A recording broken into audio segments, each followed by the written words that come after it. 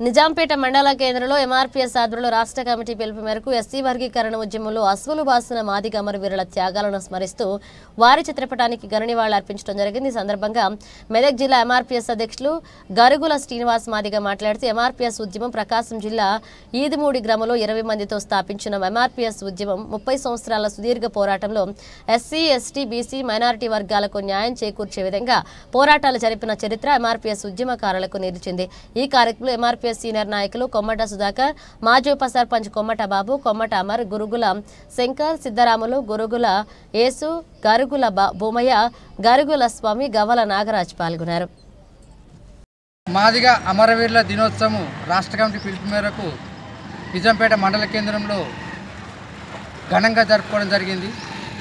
30 సంవత్సరాల సుదీర్ఘ పోరాటంలో మరి ఈరోజు అమరులకు మేము అంకితం చేస్తున్నాం ఎస్సీ వర్గీకరణ అంశం। మరి అదేవిధంగా ఈరోజు వాళ్ళ ఆత్మ శాంతి చేకూర్చాలని వాళ్ళకి ఘనంగా నివాళులు జోహాలు అర్పించడం జరిగింది।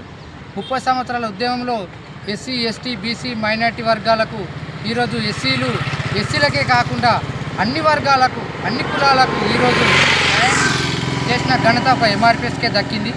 మరి ఉదాహరణకు చిన్నపిల్లల గుండా ఆపరేషన్ కావచ్చు, వికలాంగుల హక్కుల పోరాట సమితి కావచ్చు, మరియు ఒంటరి మహిళల గురించి కావచ్చు, ఇంకా అనేక సామాజిక పోరాటాలు జరిపిన చరిత్ర ఎంఆర్పీఎస్కు ఉంది।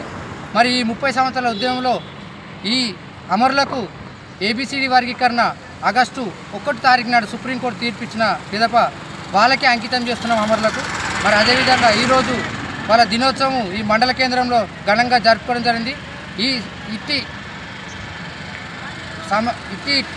కార్యక్రమానికి మండల కేంద్రంలో ఉన్న దళిత సంఘాలు అందరూ హాజరై విజయవంతం చేసినందుకు కృతజ్ఞత తెలియజేస్తున్నాం। జోహార్ మాదిగ అమరవీరులకు, జోహార్ జోహార్ మాదిగ అమరవీరులకు, జోహార్ జోహార్।